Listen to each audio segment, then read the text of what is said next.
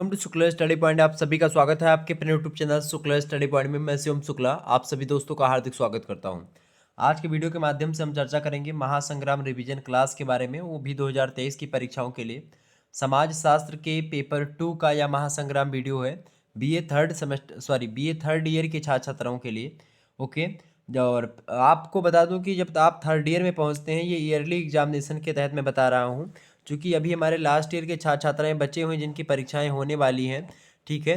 यानी जो पुराना पैटर्न था आपका ईयरली सिस्टम, तो उसमें आपका फर्स्ट ईयर का हो गया था, सेकंड ईयर का हो गया था। अब थर्ड ईयर की परीक्षाएं होनी आपकी बाकी हैं, और सेकंड ईयर का कुछ लोगों का बैक लगा होगा, उनका बचा हुआ है।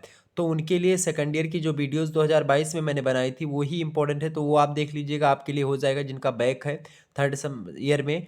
और जो थर्ड ईयर वाले हमारे छात्र छात्राएं हैं, इस बार यानी 2023 में अपनी परीक्षा देंगे, ठीक है, उनके लिए यह वीडियो है और बहुत ही महत्वपूर्ण वीडियो है। तो आपको खास करके 3 पेपर अब की बार देना होगा। जब आप थर्ड ईयर में पहुंच चुके हैं, तो थर्ड ईयर में आपको कितने पेपर देने होंगे? एक सब्जेक्ट के 3 पेपर होंगे, ठीक है। पेपर 1, पेपर 2 और पेपर 3। और 3 दिन में आपकी परीक्षा होगी, यानी कि 2 सब्जेक्ट आपको लेने हैं, और 2 सब्जेक्ट में आपको 6 पेपर कुल मिलाकर के आपको देने हैं, प्रत्येक सब्जेक्ट के 3 पेपर। क्लियर? तो इसी श्रृंखला में सोशियोलॉजी है, इसके प्रथम जो पेपर है आपका, उसको ऑलरेडी मैंने आपको बता दिया है। प्रथम पेपर के बारे में, सोशियोलॉजिकल थॉट के बारे में मैंने आपको समझा दिया है, ठीक है। तो उसके बारे में मैंने आपको चर्चा कर ली है कि सामाजिक विचारों का आधार जो था। और ये सेकंड पेपर आपका है सोशल रिसर्च मेथड, ठीक है। क्या नाम है? Social research method. क्लियर? तो इसके बारे में आज की वीडियो के माध्यम से हम जानने वाले। द्वितीय प्रश्न पत्र है ये सोशल रिसर्च मेथड, यानी इसको हिंदी में बोलते हैं सामाजिक अनुसंधान पद्धति। इसमें क्या क्या पढ़ना है? ऑलरेडी 2022 का मॉडल पेपर और 2021 का और 20 का मॉडल पेपर पढ़ा हुआ है, आप देख लीजिएगा, वो भी आपके लिए इंपॉर्टेंट है। 2021 वाला और 22 वाला जरूर देखेंगे, ठीक है। अब मैं चलता हूँ इसमें मोस्ट इम्पोर्टेंट क्वेश्चंस और उसके आंसर्स बताने का प्रयास करूँगा। न्यू मॉडल पेपर होगा होगा आपके 23 की परीक्षाओं के लिए। परीक्षा देने से पहले आपको देखना ही है, तो इस प्रकार से प्रश्न और उत्तर आपको मैं बताने का प्रयास करूँगा। सबसे पहले आपसे एक ही प्रश्न पूछेगा। सबसे पहले कौन सा प्रश्न आपकी परीक्षा में आ सकता है? भाई देखें, प्रश्न आपका बहुत ही अच्छा है, ये हमेशा आता है आपकी परीक्षा में। साक्षात्कार किसे कहते हैं? साक्षात्कार क्या है? या साक्षात्कार लिख करके ऐसे छोड़ देगा, आपको उत्तर लिखना होगा। तो साक्षात्कार क्या होता है? साक्षात्कार जो होता है, ये क्षेत्रीय कार्य की पद्धतियों में खास करके इसका नाम आता है साक्षात्कार पद्धति का। ये क्षेत्रीय पद्धति है एक प्रकार से साक्षात्कार पद्धति, और ये सर्वोपरि स्थान रखती है, खास करके क्षेत्रीय कार्य के लिए सबसे महत्वपूर्ण साक्षात्कार पद्धति मानी जाती है। क्योंकि इसमें व्यक्तियों की मनोवृत्ति, व्यक्तियों की जो भावनाएं होती हैं, उनकी आंतरिक जो विचार होते हैं, उन सभी का अध्ययन भी कर लेते हैं जो सामने बैठा लोग होता है, और विश्लेषण भी कर लेते हैं। तो यानी साक्षात्कार विधि जो है या प्रविधि जो है, पद्धति जो है, ये बहुत ही उपयोगी है। इसमें क्या होता है, जो प्रश्नकर्ता होता है, वो सूचनादाता आमने सामने बैठ करके बातचीत करते हैं, और प्रश्नकर्ता के प्रश्नों का उत्तरदाता जो होता है वो उत्तर देता रहता है, और इस प्रकार से प्रश्नकर्ता को अभीष्ट सामग्री प्राप्त होती है, और जो चाहता है वो मिल जाता है। आप देखते हैं व्यावसायिक, नैदानिक, मनोवैज्ञानिक तमाम सारे क्षेत्रों में अध्ययन की दृष्टि से बहुत ही उपयोगी होती जा रही है साक्षात्कार पद्धति, जिसको अंग्रेजी में आप इंटरव्यू कहते हैं, ठीक है। इंटरव्यू के माध्यम से अगर आप कोई क्वेश्चन पूछ रहे हैं, अगर सामने वाले को मान लेते हैं उसमें वो झूठ बोल रहा है, तो भी कुछ आपको लग जाएगा उसकी आंखें और उसके बॉडी लैंग्वेज के माध्यम से कि भाई ये गलत बोल रहा है, ठीक है। तो चले, प्रश्न आपका क्या है? साक्षात्कार। तो क्या लिखेंगे? साक्षात्कार एक ऐसी व्यवस्थित प्रक्रिया है जिसमें साक्षात्कारकर्ता जो होता है साक्षात्कारकृत के मध्य, यानी कि साक्षात्कारता मतलब कौन? जो इंटरव्यू ले रहा है। साक्षात्कृत माने होता है जिसका इंटरव्यू हो रहा है, ठीक है। तो उन दोनों के मध्य क्या होता है? किसी विशिष्ट उद्देश्य को सामने रख करके जो है परस्पर आमने सामने बैठ करके संवार्ता की जाती है, वार्तालाप किया जाता है, उत्तर प्रत्युत्तर भी इसी को कह सकते हैं किया जाता है। तो साक्षात्कार की यही होता है, और साक्षात्कार की कई सारी जो है परिभाषाएं हैं, विशेषताएं हैं, उनको थोड़ा सा जानने का प्रयास। साक्षात्कार की परिभाषा को देते हुए गुटे एवं हैट महोदय कहते हैं, गुटे और हैट महोदय की बड़ी जबरदस्त परिभाषा है। ये कहते हैं कि साक्षात्कार मूल रूप से सामाजिक अंतःक्रिया की एक प्रक्रिया है। क्या है? सामाजिक अंतःक्रिया की एक प्रक्रिया है। तो अगर ऑब्जेक्टिव प्रश्न आपसे पूछेगा कभी भी, ठीक है, वैसे ऑब्जेक्टिव आपका नहीं लिखित ही पेपर होता है, तो गुटे और हेट महोदय क्या कहते हैं कि साक्षात्कार मूल रूप से क्या है, सामाजिक अंतःक्रिया की एक प्रक्रिया है। प्रश्न मतलब ये रट लीजिएगा, परिभाषा बहुत ही इंपॉर्टेंट है और आपकी परीक्षा में आपको अंक दिलवाएगी। अगला आपका आज जो विद्वान आते हैं साक्षात्कार की परिभाषा को देते हुए कहते हैं M.N. वसु महोदय। M.N. वसु महोदय कहते हैं कि एक साक्षात्कार को कुछ बिंदुओं पर व्यक्तियों के आमने सामने के एक मिलन के रूप में परिभाषित किया जा सकता है। किसने कहा ऐसा? ऐसा कहा M.N. बसु महोदय ने। क्या कहा कि एक साक्षात्कार को कुछ बिंदुओं पर, यानी कोई कुछ टॉपिक्स होंगे, कुछ बिंदु होंगे, ठीक है, उन्हीं बिंदुओं पर व्यक्तियों के आमने सामने, कई सारे व्यक्ति बैठ करके आमने सामने एक मिलन के रूप में हम परिभाषा दे सकते हैं इसकी। तो ये M.N. बसु ने कहा। इसके बाद में जॉन डब्ल्यू वेस्ट कहते हैं। जॉन डब्ल्यू वेस्ट कहते हैं कि साक्षात्कार एक प्रकार से एक मौखिक प्रकार की प्रश्नावली होती है। कैसी प्रकार की? एक मौखिक प्रकार की प्रश्नावली होती है और इस प्रश्नावली के अंतर्गत उत्तरदाता जो होता है उत्तर लिखने के स्थान पर क्या करता है, वो आमने सामने की स्थिति में बैठ करके विषयों का उत्तर देता है, यानी जो भी प्रश्न होता है उसका उत्तर देता है, वो लिख करके नहीं देता है, वो मौखिक रूप से देता है। क्लियर? ये जॉन डब्ल्यू बेस्ट कहते हैं। तो कुल मिलाकर के इसके अलावा और भी तमाम सारे विद्वानों के कथन आप देख सकते हैं, जैसे कि P.B. यंग ने भी साक्षात्कार की परिभाषा को दिया है। उन्होंने कहा कि साक्षात्कार को एक क्रमबद्ध प्रणाली माना जा सकता है जिसके द्वारा एक व्यक्ति दूसरे व्यक्ति के आंतरिक जीवन में अधिक और कम काल्पनिकता से प्रविष्ट करता है, जो कि उसके लिए सामान्यतः तुलनात्मक रूप से अपरिचित होता है। तो ये कहीं ना कहीं पे P.B. यंग का भी कथन है और इम्पोर्टेंट है। इसके अलावा और भी विद्वान आए, जैसे कि हाइडर और लिंडमैन ने भी साक्षात्कार की परिभाषा अपने हिसाब से दी। इन दोनों ने मिलकर के कहा, हाइडर और लिंडमैन ने, कि साक्षात्कार के अंतर्गत दो व्यक्तियों या अधिक व्यक्तियों के बीच क्या होता है, संवाद अथवा मौखिक प्रत्युत्तर होता है। बड़ी सिंपल सी परिभाषा बताई इन दोनों ने। ठीक है, तो कुल मिलाकर के आप कह सकते हैं कि संक्षेप में साक्षात्कार विशिष्ट उद्देश्यों की प्राप्ति के लिए साक्षात्कारकर्ता और साक्षात्कारकृत प्रत्यक्ष मतलब ये दोनों के मध्य जो होता है प्रत्यक्ष वार्तालाप होता है, अंतरक्रिया की एक प्रक्रिया होती है, यही साक्षात्कार है। तो कुल मिलाकर के साक्षात्कार के बारे में आप लोगों ने जाना। ओके, साक्षात्कार खास करके आप देखते हैं कि ये उद्देश्य से प्रेरित एक औपचारिक वार्ता होती है। इस वार्तालाप में अनुसंधान के लिए सामग्री का संकलन भी किया जाता है, ये बात भी ध्यान रखेंगे। और कई सारे जो है वर्गीकरण होते साक्षात्कार कई प्रकार के होते हैं। एक तो कार्यों के आधार पर साक्षात्कार को हम 3 भागों में बांटते हैं। विश्लेषणात्मक साक्षात्कार एक होता है, एक उपचारात्मक साक्षात्कार होता है, एक अनुसंधान संबंधी साक्षात्कार होता है। और औपचारिकता पर आधारित अगर हम बात करें साक्षात्कार की, तो वो 2 प्रकार का होता है। एक होता है औपचारिक या नियंत्रित साक्षात्कार, एक होता है अनौपचारिक या अनियंत्रित साक्षात्कार। इसके अलावा सूचनादाताओं की संख्या पर आधारित जो वर्गीकरण अगर हम करें साक्षात्कार का, तो ये भी 2 प्रकार का होता है। एक तो व्यक्तिगत साक्षात्कार होता है और एक समूह साक्षात्कार होता है। क्लियर? और इसके अलावा अध्ययन पद्धति के हिसाब से अगर देखें तो इसको भी हम जो है कई भागों में बांट सकते हैं, 3 भागों में मुख्य रूप से।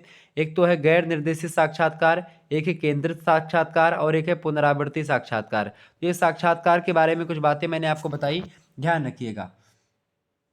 दूसरा नंबर आपका प्रश्न पूछा जा सकता है आपके एग्जाम में, प्रश्नावली किसे कहते हैं? प्रश्नावली क्या है? बहुत ही महत्वपूर्ण प्रश्न है आपका प्रश्नावली को लेकर के। प्रश्नावली किसे कहते हैं फटाफट से बताने का प्रयास करेंगे। तो प्रश्नावली से अभिप्राय प्रश्नों की उस क्रमबद्ध तालिका से होता है जो विषय वस्तु संबंधी सूचनाओं को एकत्र करने में मदद देती हैं। और इस प्रणाली का उपयोग विस्तृत क्षेत्र वाले शोध विषय में किया जाता है कि भाई प्रश्नावली तैयार कर ली जाती है, आप देखते हैं लगातार। ठीक है, थोड़ा सा समझते हैं कैथरीन और कैरट के अनुसार परिभाषा। कैथरीन और कैरट जो हैं कैरट जो है ये कहते हैं कि प्रश्नावली की रचना 2 उद्देश्यों की से की जाती है। पहला उद्देश्य ये है कि सही संदेश वाहन हो सके, दूसरा उद्देश्य सही उत्तर मिल सके। यानी सही संदेश वाहन की प्राप्ति उस समय मान ली जाती है जब सूचनादाता सर्वेक्षण के उद्देश्य को समझ लेता है कि भाई सर्वेक्षण का उद्देश्य क्या है, तो मतलब संदेश जो है वाहन की प्राप्ति सही हो जाएगी। सही उत्तर की उपलब्धि उस समय हो जाती है या उस समय मान ली जाती है जब उनसे आवश्यक सूचना प्राप्त हो जाए। तो कुल मिलाकर के ये प्रश्नावली की 2 उद्देश्य होते हैं और दोनों उद्देश्यों की पूर्ति को लेकर के कैथरीन और कैरट मतलब कैथरीन कैरट ने बढ़िया तरीके से बताया। इसके अलावा प्रश्नावली की परिभाषा को देते हुए जॉर्ज लुंडबर्ग कहते हैं कि क्या कहते हैं जॉर्ज लुंडबर्ग? जॉर्ज लुंडबर्ग कहते हैं कि मूल रूप से प्रश्नावली प्रेरणाओं का एक समूह होता है। किसका? मोटिवेशन का एक ग्रुप होता है। कौन? जो है आपका क्या बोलते हैं, प्रश्नावली, ठीक है। और इस ग्रुप के द्वारा, जो कि प्रेरणाओं का ग्रुप है, तो इस ग्रुप के द्वारा मतलब शिक्षित जो लोग होते हैं, शिक्षित लोग इन प्रेरणाओं के अंतर्गत अपने मौखिक व्यवहार का अनुभव करते हैं और अनुभव करके उसको प्रकट करते हैं। प्रश्नावली जो होती है उसमें लिखित तरीके का उत्तर एक प्रकार से होता है, जबकि आप देखते हैं उसमें क्या बोलते हैं, आपका जो मैंने अभी अभी आपको बताया था, इससे पहले क्या मैंने आपको समझाया था, उसके पहले हमने आपको बताया था साक्षात्कार, उसमें मौखिक उत्तर होता है सामने आमने बैठ करके, ठीक है। इसमें क्या होता है, एक रूप से एक एक समूह होता है प्रेरणाओं का, ठीक है। मौखिक व्यवहार का अनुभव करने के लिए प्रकट किया जाता है इसको। तीसरा नंबर आप प्रश्न देखेंगे, माध्यिका किसे कहते हैं। माध्यिका की बात की जाए तो माध्यिका आप लिख सकते हैं माध्यिका के बारे में कि जब किसी समंक माला को आरोही या अवरोही क्रम में रख करके मध्य पद को ज्ञात किया जाता है, तब उस मध्य पद के मूल्य को ही हम माध्यिका या माध्यांक कहते हैं, मेडियन कहते हैं अंग्रेजी में।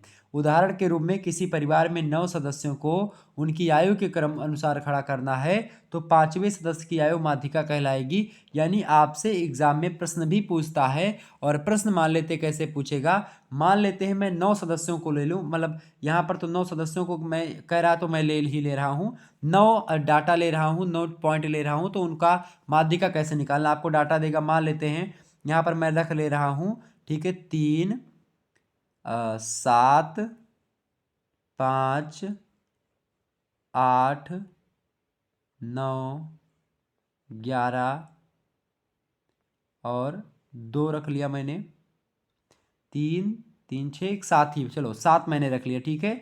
7 अंक आपके हो गए, कौन कौन से, 3 7 5 8 9 और 11, 9 11 और 2, क्लियर।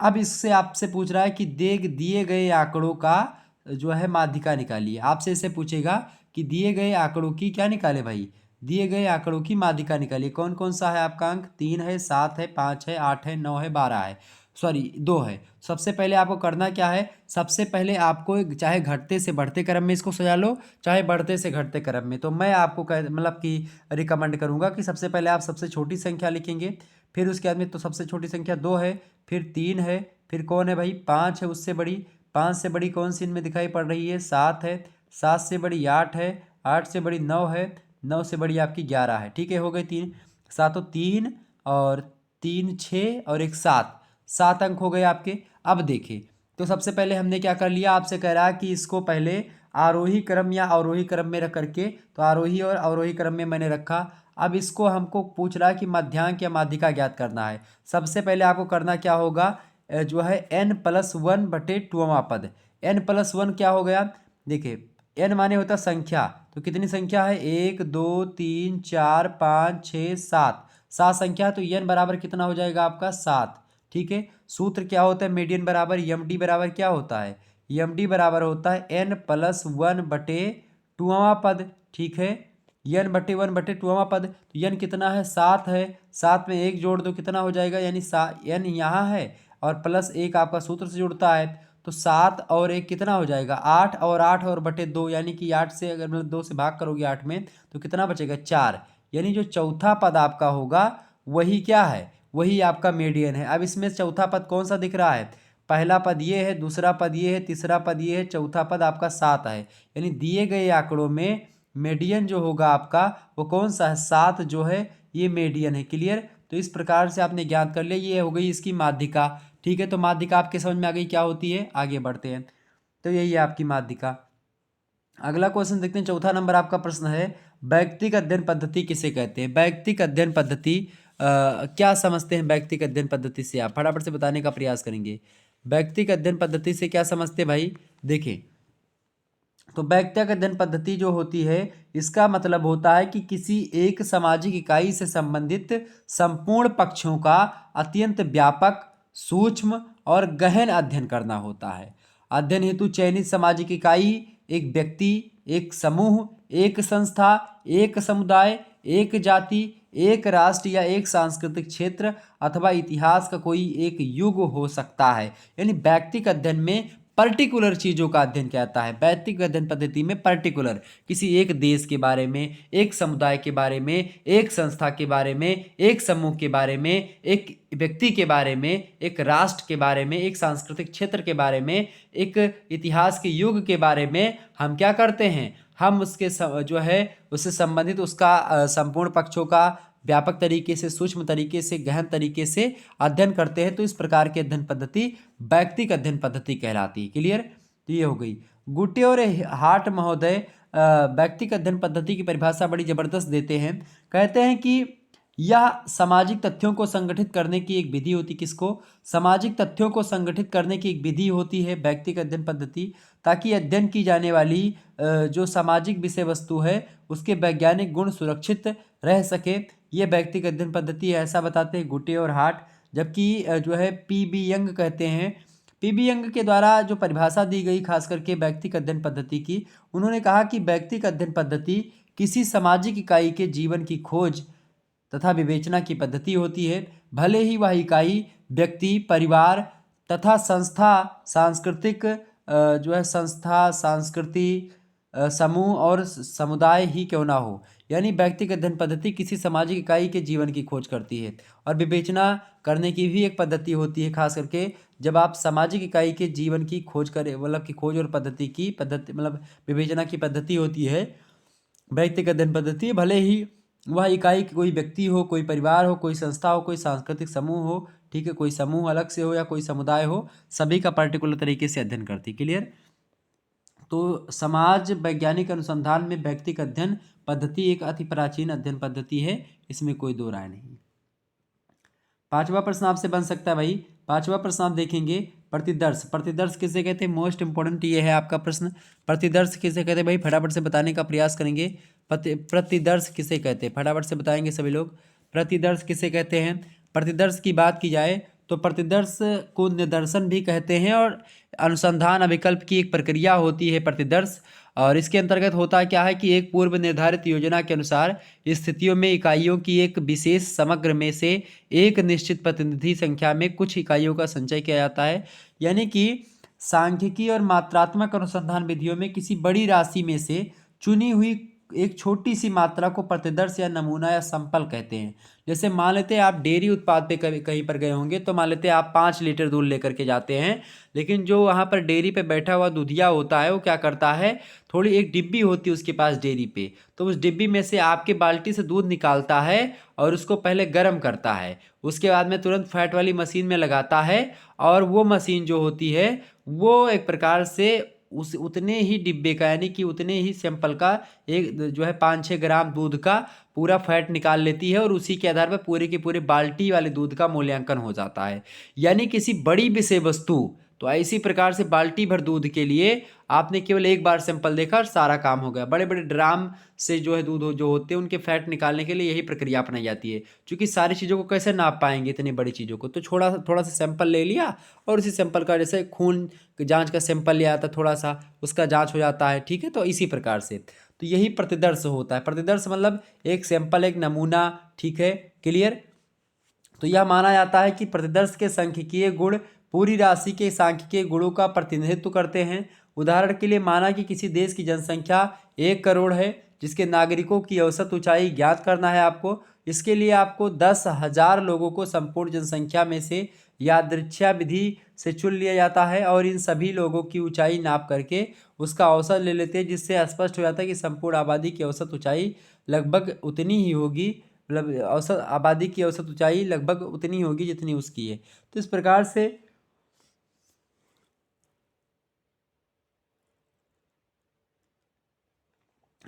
से आप समझ सकते हैं बड़े ही आसानी से।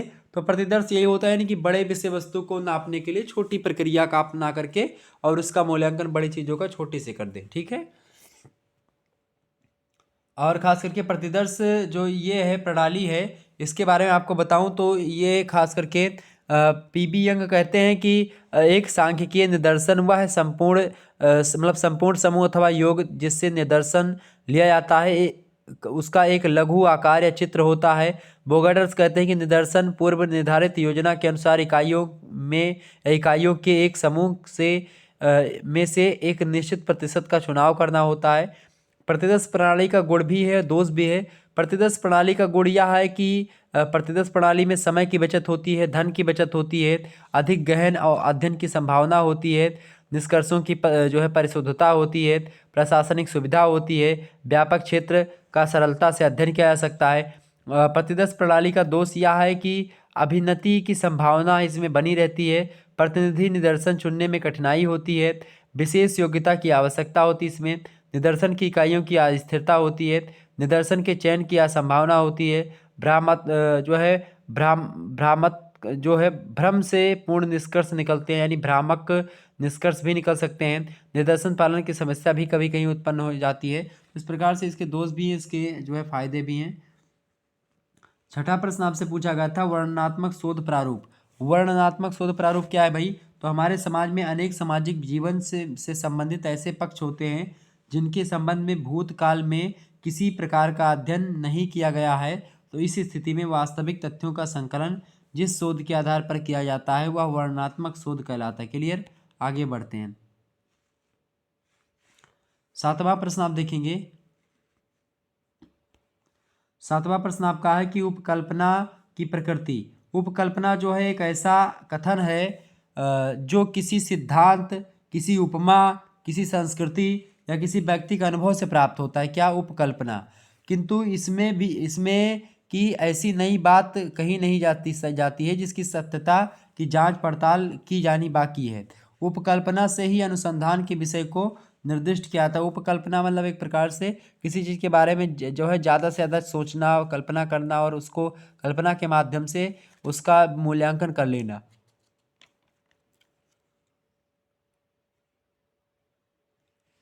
ओके, आगे बढ़ते हैं। आठवां प्रश्न आपका आ चुका है सामाजिक सर्वेक्षण। सामाजिक सर्वेक्षण की बात की तो सामाजिक सर्वेक्षण एक प्रणाली होती है, एक ऐसी प्रणाली होती है जो किसी सामाजिक जीवन या सामाजिक घटना का वैज्ञानिक पद्धति से निरीक्षण करता है। सामाजिक सर्वेक्षण को और अधिक स्पष्ट रूप से समझने के लिए विभिन्न विद्वानों द्वारा दी गई परिभाषाओं का प्रस्तुतिकरण आवश्यक है।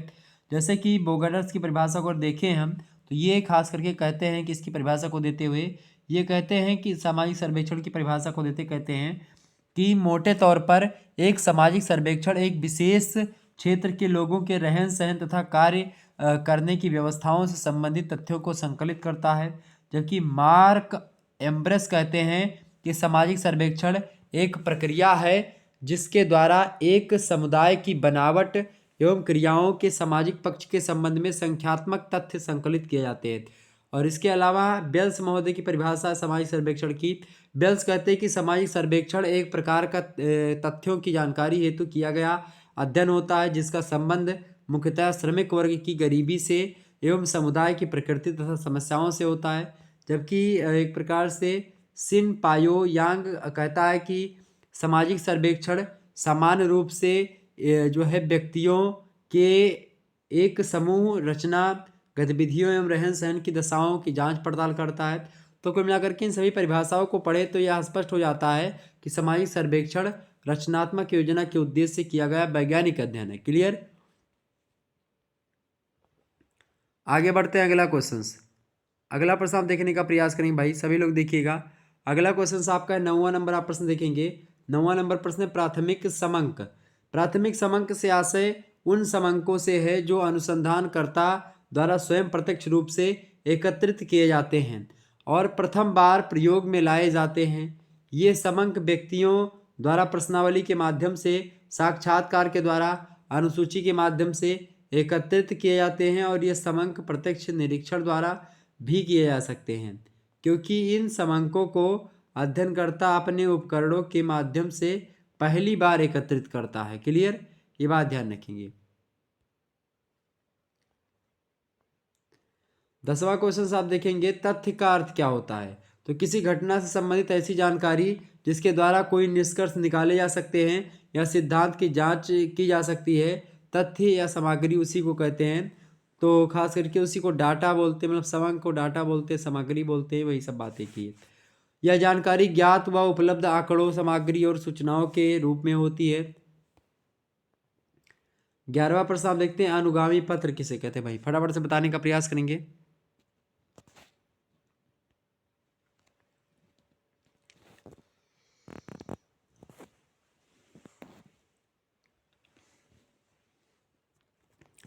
फटाफट से बताने का प्रयास करेंगे।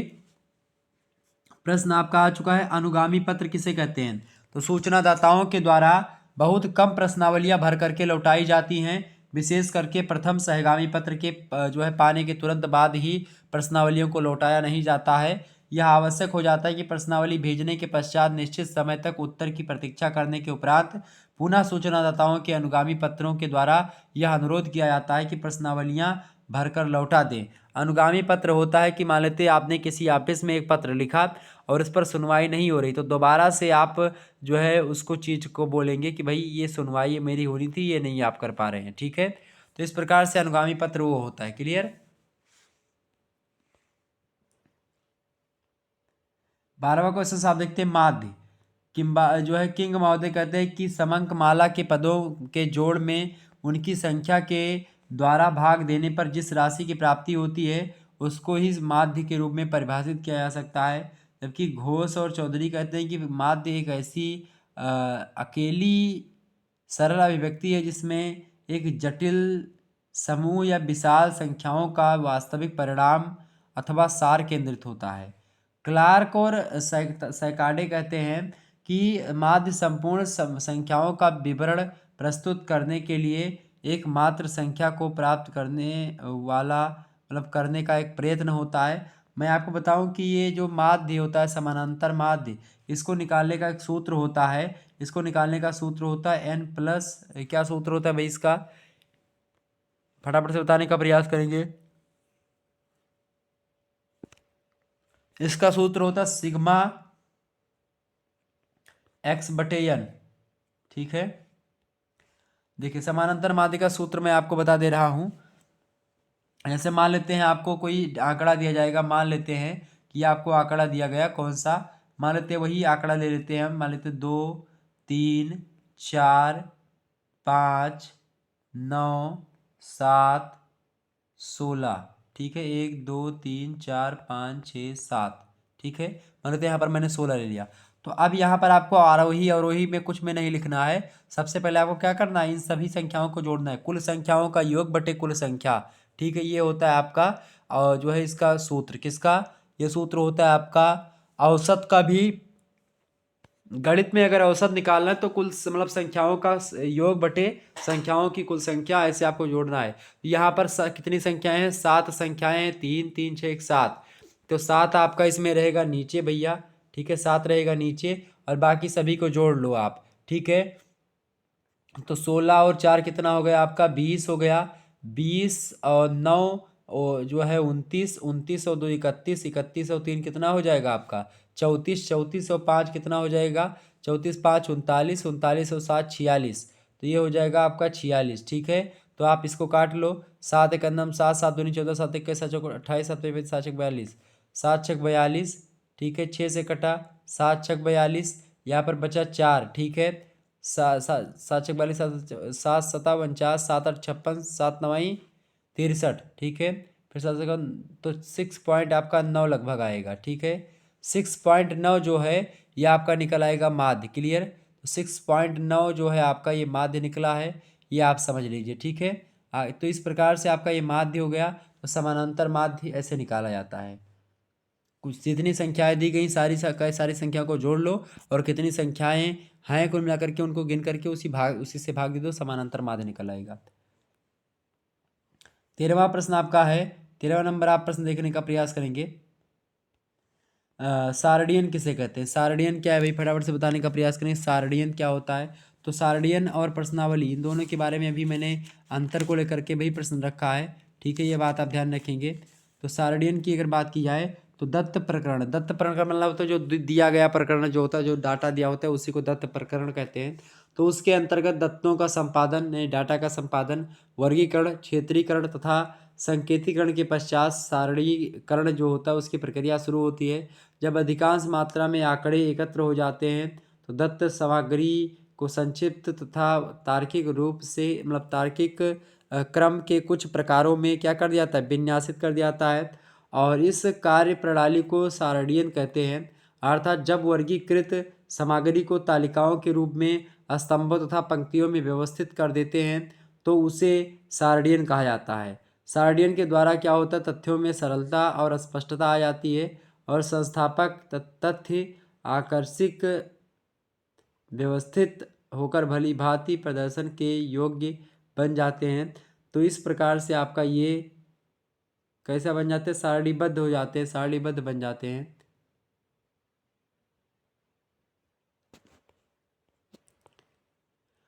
पद्धति किसे कहते हैं भाई, पद्धति क्या है, 14 नंबर आप प्रश्न देखेंगे। पद्धति जो होता है, पद्धति का तात्पर्य उस प्रणाली से है जिससे कि एक वैज्ञानिक अथवा एक वैज्ञानिक अपनी अध्ययन वस्तु के संबंध में तथ्ययुक्त निष्कर्ष निकालने के लिए उपयोग में लाता है।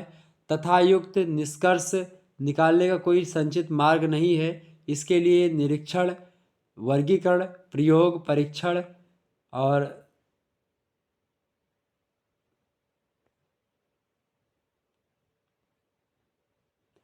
तुलना, निष्कर्षीकरण के कठिन मार्ग से होकर के ये पद्धति अपनाई जाती है और इन सबको मिला करके जिस अध्ययन प्रणाली की प्राप्ति होती है उसी अध्ययन प्रणाली को हम पद्धति कहते हैं। ठीक है।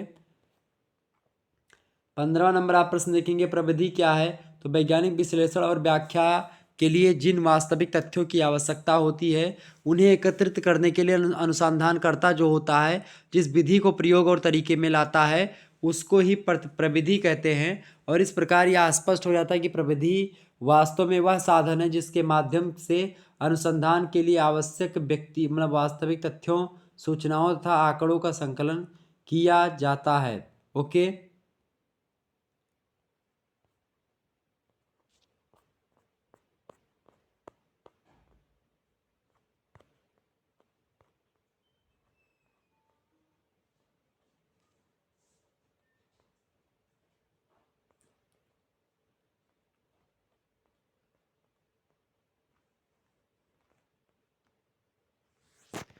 ये हो गया आपका प्रविधि। अगला प्रश्न आपका क्या है भाई, वर्गीकरण किसे कहते हैं। तो वर्गीकरण किसे कहते हैं, ध्यान से सुनो सभी लोग। वर्गीकरण की बात की तो वर्गीकरण प्राप्त तथ्यों को उनकी समानताओं अथवा विभिन्नताओं के आधार पर व्यवस्थित ढंग से विभिन्न श्रेणियों में विभाजित करना वर्गीकरण कहलाता है। डॉक्टर चतुर्वेदी कहते हैं कि एक रूपता व समानताओं के आधार पर तथ्यों को समूह अथवा वर्गों में व्यवस्थित करने की प्रक्रिया को पारिभाषिक दृष्टि से वर्गीकरण कहते हैं। ठीक है। कोनोर कहते हैं कि वर्गीकरण तथ्यों को उसकी समानता तथा निकटता के आधार पर समूहों तथा वर्गों में क्रमबद्ध करने तथा व्यक्तिगत इकाइयों की भिन्नता के बीच पाए जाने वाले गुणों की एकात्मकता को प्रकट करने की इकाई है। ओके।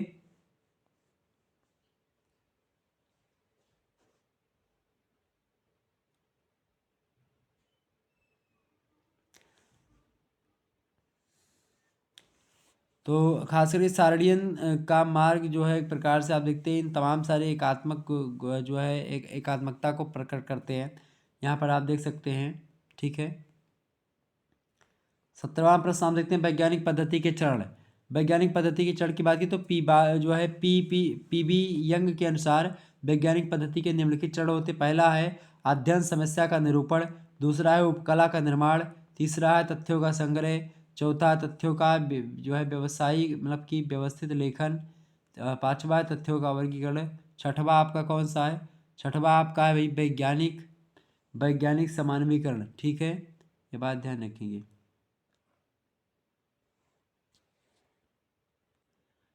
18वां प्रश्न आपकी स्क्रीन पर आ चुका भाई, सभी लोग देखने का प्रयास करेंगे। 18वां प्रश्न आपकी स्क्रीन पर आ चुका है, निदर्शन या प्रतिचयन क्या होता है। निदर्शन एक पद्धति होती है और एक ऐसी प्रणाली होती है जिससे समग्र में से सावधानी पूर्वक कुछ ऐसी इकाइयों को चुन लिया जाता है जो समग्र का उचित प्रतिनिधित्व करती है। जैसे मैंने दूध वाला उदाहरण दिया था, सेम वही प्रतिचयन या निदर्शन पद्धति होती है। गुडे और हार्ट कहते हैं कि एक निदर्शन, जैसा कि नाम से विदित हो जा रहा है कि एक विस्तृत समूह का प्रतिनिधि है। ठीक है। श्रीमती यंग कहते हैं कि एक सांख्यिकी निदर्शन उस संपूर्ण समूह या योग का अति लघु चित्र होता है जिसमें से निदर्शन को प्राप्त कर किया जाता है। ठीक है। तो स्पष्ट है कि निदर्शन संपूर्ण या समग्र का वह छोटा भाग है जो अपने इस छोटे से रूप में भी संपूर्ण या समग्र का उचित प्रतिनिधित्व करता है। वास्तव में निदर्शन सदैव समग्र की अपेक्षा छोटा होता है और समग्र का प्रतिनिधित्व करता है या जिसमें समग्र की विशेषताएं पाई जाती हैं। ठीक है। तो ये जो है आपका प्रश्न में हो गया निदर्शन और प्रतिचयन। 19वां क्वेश्चन आप सभी लोग देखेंगे। 19 नंबर आपका प्रश्न आ चुका है, बहुलक क्या है। बहुलक जो होता है, बहुलक ज्ञात करने की एक विधि होती है। बहुलक में देखते हैं कि बहुत सारे अंक जो है एक ही बार आते हैं। जैसे कि आपको कोई आंकड़ा देता है, मान लेते हैं, मैं दे रहा हूँ आंकड़ा 2 3 4 2 5 6 2 9। अब दी गई श्रेणी में आपसे पूछेगा कि बहुलक क्या है। दी गई श्रेणी में आपसे पूछेगा कि बहुलक क्या है, बहुलक ज्ञात कीजिए। तो इसमें बहुलक क्या है, देखिए 2 जो है एक बार आ चुका है, दूसरी बार भी आया और तीसरी बार भी आया, यानी 2 शब्द जो इसमें दिख रहा है वो 3 बार आया हुआ है। यानी दी गई श्रेणी में जो है 2 अंक की बहुलता है, तो आप लिखेंगे आता है 2 ही बहुलक है। ठीक है, 2 क्या है, बहुलक है। क्लियर। तो इसकी परिभाषा को देते हुए बहुलक के देखिए, बहुलक श्रेणी का वह पद है जो अधिकतम बार आता है। यह श्रेणी के बहुल मूल्य का सर्वश्रेष्ठ प्रतिरूप या प्रारूपिक प्रतिनिधि होता है। यह एक ऐसा मूल्य है जो सचमुच फैशन कहा जा सकता है। क्रॉक सटन और काउडाउन कहते हैं कि एक वितरण का बहुलक वह मूल्य है जिसके निकट की श्रेणी की इकाइयाँ अधिक से अधिक केंद्रित होती है, उसे मूल्यों की श्रेणी का सबसे अधिक प्रतिरूपी माना जाता है। बहुलक को कैनी और कीपिंग की परिभाषा अगर ध्यान से पढ़ें आप, तो आपके समझ में और अच्छे तरीके से आएगा सारी चीज़ें। कैनी और कीपिंग कहते हैं कि बहुलक क्रमबद्ध मूल्यों में वह मूल्य है जिसमें सबसे अधिक आवृत्तियां होती हैं। याद कर लीजिएगा ये परिभाषा। अगला है, तो कुल मिलाकर के ये तमाम सारी परिभाषाओं को पढ़ेंगे तो इसके आधार पर यह कहा जा सकता है कि बहुलक एक श्रेणी का वह मूल्य होता है जो किसी अन्य मूल्य की अपेक्षा अधिक बार आता है। क्लियर। आगे बढ़ते हैं। 20 नंबर आप क्वेश्चंस देखेंगे।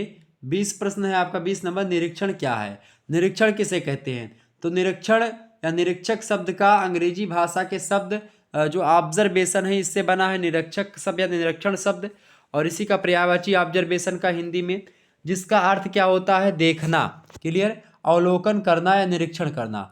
किंतु सामाजिक अनुसंधान की एक व्यवस्थित पद्धति के रूप में निरीक्षण का एक अपना अलग अर्थ होता है। निरीक्षण का अर्थ होता है कार्य कारण अथवा पारस्परिक संबंध को जानने के लिए स्वाभाविक रूप से घटित होने वाली जो घटनाएं होती है उनका सूक्ष्म निरीक्षण किया जाए। ठीक है, ये होता है आपका निरीक्षण।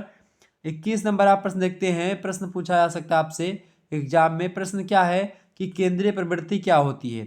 केंद्रीय प्रवृत्ति से तात्पर्य उस मान से होता है जो मान आंकड़ों का प्रतिनिधित्व करते हैं, अर्थात वह मान जो प्राप्त आंकड़ों में सबसे अधिक बार आया होता है। अन्य शब्दों में कहें तो केंद्रीय प्रवृत्ति की मापों में प्रायः हमारा तात्पर्य औसत से होता है। केंद्रीय प्रवृत्ति की मापों में मध्यमान, आपका मध्यांक और बहुलक, इन तीनों को सम्मिलित किया जाता है। ठीक है, मध्यमान आपका हो गया माध्य, मध्यांक हो गया आपका माध्यिका, बहुलक हो गया बहुलक मोड। ठीक है, बहुलक हो गया आपका, ठीक है, मॉड जिसको आप कहते हैं। तो इसको सम्मिलित किया जाता है। गिलफोर्ड ने इन तीनों मापों के अलावा 2 अन्य मापों के बारे में बताया, एक तो गुणोत्तर मध्यमान और एक हरात्मक मध्यमान, ये भी केंद्रीय प्रवृत्ति में सम्मिलित किए जा चुके हैं। गिलफोर्ड कहते हैं कि औसत वह अंक होता है, औसत वह अंक होता है जो निरीक्षणों या व्यक्तियों के मध्यमान का द्योतक होता है। किसी चल राशि के वितरण में केंद्रीय प्रवृत्ति उस समय पाई जाएगी जब चल राशि के वितरण में अधिकतर प्राप्तांक विवरण के मध्य भाग में स्थित हो तथा वितरण के दोनों किनारों की ओर प्राप्तांक घटते हुए क्रम में लिखे हों। तो एक प्रकार से वो होता है आपका क्या भाई, वही होता है आपका केंद्रीय प्रवृत्ति। क्लियर। 22 नंबर आप प्रश्न देखते हैं। 22 नंबर प्रश्न आपसे पूछा गया है भाई। 22 नंबर आपसे प्रश्न पूछा जा सकता है सामाजिक अनुसंधान के चरण। तो सामाजिक अनुसंधान के प्रमुख चरण है कई सारे। पहला चरण है विषय निर्वाचन कर लिया जाए। सामाजिक अनुसंधान करने से पहले सबसे पहले विषय का निर्धारण करना कि किस विषय पर आपको अनुसंधान करना। दूसरी बात, अनुसंधान के क्षेत्र का निर्धारण कर लेना। तीसरी बात, साहित्य का पुनरावलोकन कर लेना। चौथी बात, क्षेत्रीय सर्वेक्षण कर लेना। पांचवी बात, इकाइयों को निर्धारित एवं परिभाषित कर लेना ताकि कोई दिक्कत ना आए। छठवीं बात है प्राकल्पना का निर्माण कर लेना। ठीक है, आपका नवी जो है अगली बात आपकी आ चुकी है, कौन सी बात है भाई, सूचनादाताओं का चयन करना, सूचना स्रोतों का निर्धारण करना, अनुसंधान की पद्धति, अध्ययन पद्धतियों तथा प्रविधियों का निर्माण और पूर्व परीक्षण, फिर दत्त संकलन। ये सारी चीज़ें जो होती हैं आपकी, ये सभी की सभी चीज़ें जो होती हैं ये सामाजिक अनुसंधान के चरण है, इसको ध्यान रखेंगे। इसके अलावा तथ्यों का संगठन, यहाँ पर ये भी आप लिख सकते, तथ्यों का संगठन, संपादन, संकेतीकरण, वर्गीकरण और सारणीयन, ये सब भी आप देखते हैं ये आता है इसके अंतर्गत। इसके अलावा तथ्यों का विश्लेषण व निर्वचन, जो है तथ्यों का सांख्यिकीय विश्लेषण, अनुसंधान, प्रतिवेदन का प्रस्तुतिकरण, सामान्यीकरण, सैद्धांतिकरण तथा नियमों का प्रतिपादन। तो एक प्रकार से ये आपका हो जाता है, ठीक है, कौन सी, ये आपका होता है सामाजिक अनुसंधान के चरण, ठीक है, जो मैंने आपको बताए। तो इन चरणों को ध्यान रखिएगा, एग्जाम में प्रश्न पूछा आता है। 23 नंबर आप प्रश्न देखते हैं, समांतर माध्य क्या है। समांतर माध्य या अंक गणितीय माध्य को मध्यमान भी कहते हैं। किसी अंक सामग्री के समस्त अंकों के योगफल को उन अंकों की संख्या से जब हम भाग देते हैं तो भागफल जो प्राप्त होता है उसे ही मध्यमान कहते हैं, ठीक है। और होरेस सेक्रिस्ट कहते हैं कि एक समंक श्रेणी के पदों के मूल्यों के योग में उनकी संख्या से भाग देने पर प्राप्त संख्या क्या कहलाएगी, मध्यमान कहलाएगी, ओके।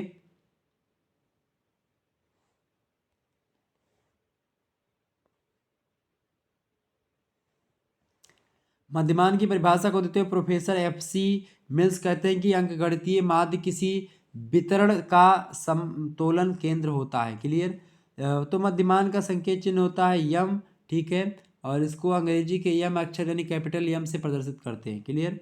आपका 24 नंबर आपका प्रश्न है, निगमना मतलब कि निगमन पद्धति क्या है भाई। निगमन पद्धति के अंतर्गत हम सामान्य सत्य के आधार पर विशिष्ट विशिष्ट सत्य का निरूपण करते हैं। उदाहरण के लिए यदि हम किसी मतलब हम इस सामान्य मान्यता या सत्य को स्वीकार करें कि मनुष्य एक मरणशील प्राणी है, तो हम तर्क के आधार पर यह विशिष्ट निष्कर्ष भी निकाल सकते हैं कि राम एक मरणशील प्राणी है, क्योंकि वह भी एक समुदाय मतलब या फिर वह भी एक मनुष्य है, वह भी एक समाज में समुदाय में निवास करता है। तो मनुष्य एक मरणशील प्राणी है, ये हमने पता किया, ठीक है। तो इस आधार पर हम कह सकते हैं कि भाई सभी लोग मरणशील प्राणी ही हैं, क्लियर।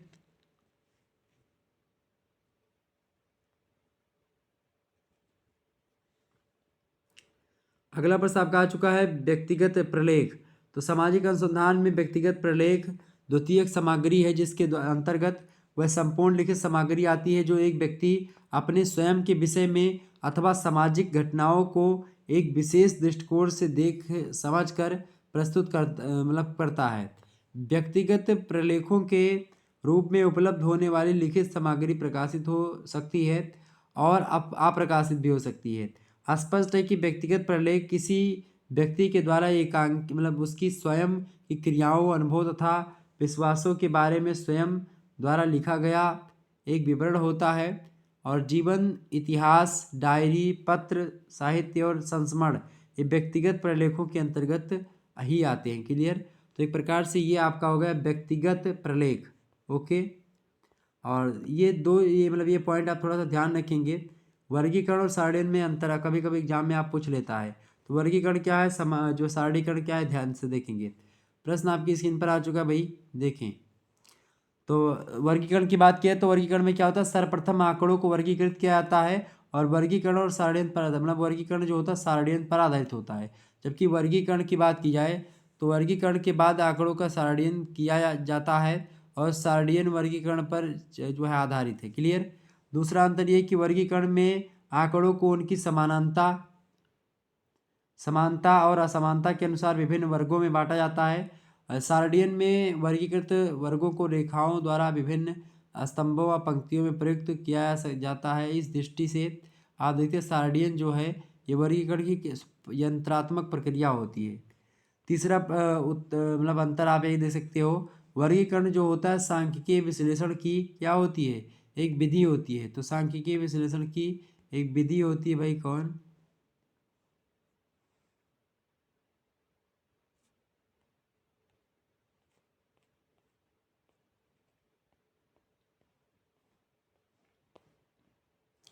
देखिए वर्गीकरण सांख्यिकीय विश्लेषण की एक क्या होती है, विधि होती है।